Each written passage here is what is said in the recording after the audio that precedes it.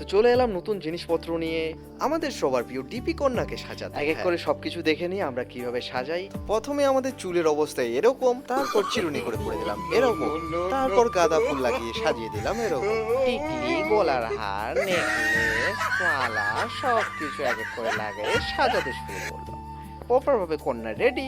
তো তোমাদেরকে আমরা দেখাতে চলেছি কিভাবে আমরা শুরু থেকে কন্যাকে রেডি করি। তো হ্যালো বন্ধুরা, কেমন আছো সবাই? আজকে অবশ্যই তোমরা নিজের চোখে দেখো আমরা কন্যাকে কিভাবে সাজাই। তো ভিডিওটা অবশ্যই একটু লম্বা হবে, তো তোমাদের দেখতে অসুবিধা থাকলে কোনো করার নেই, কারণ আমাকে লম্বা করে ভিডিওটা তোমাদেরকে দেখাই। এখানে যে চুলের মতো তারগুলো দেখতে পাচ্ছ, সব তারের সব কাজ আছে এখানে।